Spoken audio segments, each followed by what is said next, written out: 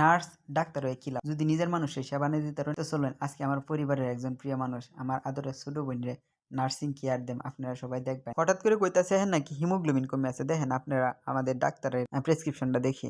আচ্ছা ওই যে ওই জায়গায় হইলো ওরে শোয়ায় একটা ইনজেকশন দেন, ইনজেকশন মানে একটা স্যালাইন দেন। হ্যাঁ, তো আমি আগে কি করতেছি, স্যালাইন সেটটা খুলতেছি, রেডি করতেছি, আর ওরে কইলাম তুই শোয়া। পরে হ্যাঁ কইছি তুই শুয়ে থাক, আমি আস্তে আস্তে রেডি করে তোর দিতেছি।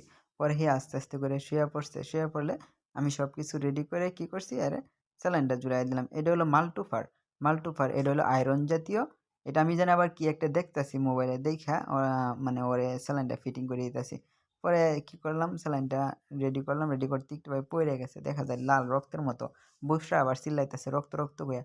পরে আমি কি করছি, এনে জুলাইয়া দিয়ে দিছি অলরেডি। ওই যে জালানার মধ্যে আবার টাঙ্গাই দিছি, এনে তো আর স্যালাইন স্ট্যান্ড নাই, জানালার মধ্যে টাঙ্গায় দেখতেছি আবার ঠিক মতো যাইতেছে কিনা। পরে এনে আছে হলো সানজিৎ, দেখেন হ্যাঁ নাকি